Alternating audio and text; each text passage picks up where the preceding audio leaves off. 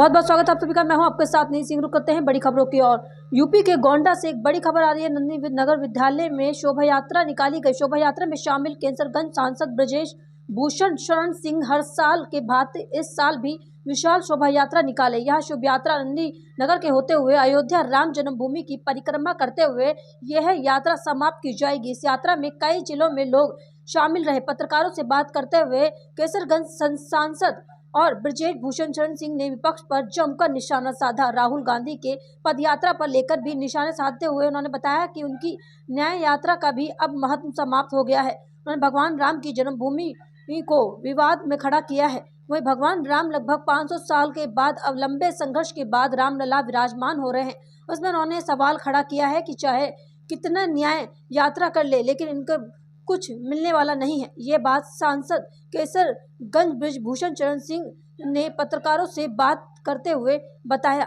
आगे देखिए। विराजमान हुए थे सन 1950 में, तब से आज ही के दिन एक शोभा यात्रा निकलती है और उसी शोभा यात्रा में शामिल होने के लिए आज देवीपाटन मंडल के गोंडा, बहराइच, श्रावस्ती, बलरामपुर, बस्ती, फैजाबाद के कार्यकर्ता यहाँ पर मौजूद हैं। चूँकि संख्या को सीमित रखना है और इसमें अभी माननीय मुख्यमंत्री जी का कार्यक्रम इस समय चल रहा है, तो व्यवस्था की दृष्टि से उनके जाने के बाद हम लोग यहाँ से निकलेंगे और क्षीरेश्वर नाथ जो भगवान शिव का मंदिर है वहाँ से यात्रा प्रारंभ होगी और पूरे रामकोट और राम जन्मभूमि की परिक्रमा करके इस यात्रा का समापन हो जाएगा। ये शोभा यात्रा प्रतिवर्ष निकलती है। सांसद जी में कितनी संख्या में लोग हैं शोभा यात्रा में? देखिए, इसमें एक लिमिट रखना है संख्या का, इसलिए 5000 संख्या हमने अनुमानित की थी, चिन्हित की थी कि 5000 लोग ही चलें, क्योंकि एक सीमित संख्या में रहना है। क्योंकि अयोध्या में अभी बहुत कुछ निर्माण कार्य चल रहा है, तो किसी प्रकार का अवरोध ना हो, इसलिए एक घंटे का मात्र का ये कार्यक्रम है। इस समय हम लोग सरजू जी के एकदम किनारे उत्तरी छोर पर, आप अयोध्या से कह सकते हैं कि एयर दूरी 2 किलोमीटर पर हम लोग बैठे हुए हैं और 1 बजे के बाद संभावना है हम लोग यहाँ से निकलेंगे और साधु संतों के नेतृत्व में एक ये उत्सव मनाया जाता है, उसमें हम लोग शामिल हैं। सांसद, जिस तरीके से कांग्रेस ने राम मंदिर प्राण प्रतिष्ठा कार्यक्रम का निमंत्रण दिया, उसके बाद लगातार कांग्रेस के नेता एक के बाद एक इस्तीफा दे रहे हैं। आज मिलिंद देवरा जो 55 साल का रिश्ता खत्म करते उन्होंने कांग्रेस छोड़ दिया।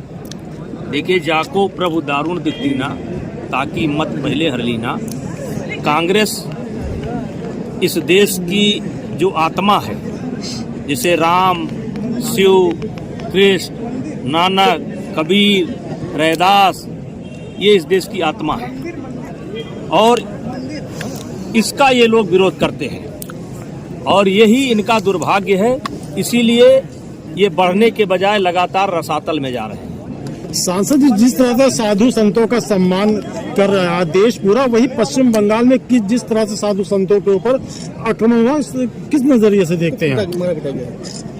अब देखिए, यहीं पर रखिए। आज सांसद जी, जिस तरीके से राहुल गांधी मणिपुर से अपनी न्याय यात्रा शुरू कर रहे हैं, किस तरीके से आप उनकी यात्रा को देख रहे हैं? उन्होंने बहुत बड़ी पदयात्रा भी की थी। हम समझते हैं कि लगभग देश में सबसे बड़ी पदयात्रा उनकी थी और पदयात्रा करने के बाद वो चुप रहते तो शायद उस पदयात्रा का कोई महत्व होगा। इनकी न्याय यात्रा का महत्व भी समाप्त हो गया है, क्योंकि इन्होंने भगवान राम के जन्मभूमि को विवाद में खड़ा किया है। ये जो 500 वर्ष का एक लंबे संघर्ष के बाद भगवान राम लला विराजमान हो रहे हैं और इस पर इन्होंने कह लीजिए कि एक सवाल पैदा किया है, तो ये चाहे जितनी न्याय यात्रा करें और चाहे जहां से करें, इनको कुछ मिलने वाला नहीं है। 2024 में कोई वैकेंसी खाली नहीं है। मोदी जी के नेतृत्व में पूरी भारतीय जनता पार्टी की टीम सरकार बनाने जा रही है। चाहे मणिपुर से शुरू करें, चाहे बंगाल से शुरू करें, यहाँ पर कोई वैकेंसी नहीं है। यहाँ वैकेंसी फुल हो चुकी है मोदी जी के नाम से। हेलो गाइस, अगर आपको हमारे वीडियो पसंद आते हैं तो ज्यादा से ज्यादा हमारे वीडियो को शेयर कीजिए, चैनल को सब्सक्राइब कीजिए, बेल आइकन को अवश्य दबाइए जिससे हमारे लेटेस्ट अपडेट आप तक आसानी से पहुंच सके।